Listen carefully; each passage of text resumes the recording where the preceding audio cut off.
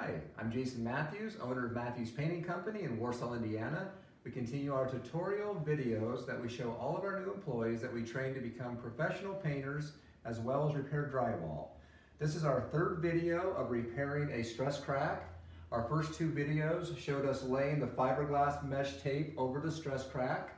Our first coat of joint compound, which we use a quick set joint compound, 45 minute. And then we put our second coat on, a little heavier. That has now dried. Now we're going to go ahead with our third and final coat of joint compound.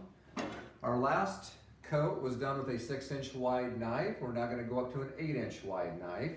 You can also do a 12-inch wide knife, and sometimes would have to, depending where the stress crack is at. Instead of sanding in between coats, we just kind of run our knife along that to knock down any ridges or bumps. And again, I always lay this more flat than I do up to go ahead and get a fair amount of joint compound on my wall. I want to come past my other repair, so as you can see, none of that dry wall compound, the dry stuff, is showing.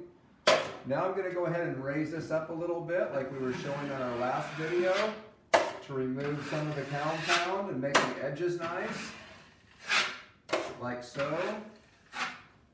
Now that will dry and be ready to sand, and you won't see any bumps or humps, and that should look like just like the rest of any of your walls at home. For more information, you can contact us at matthewspainting.com.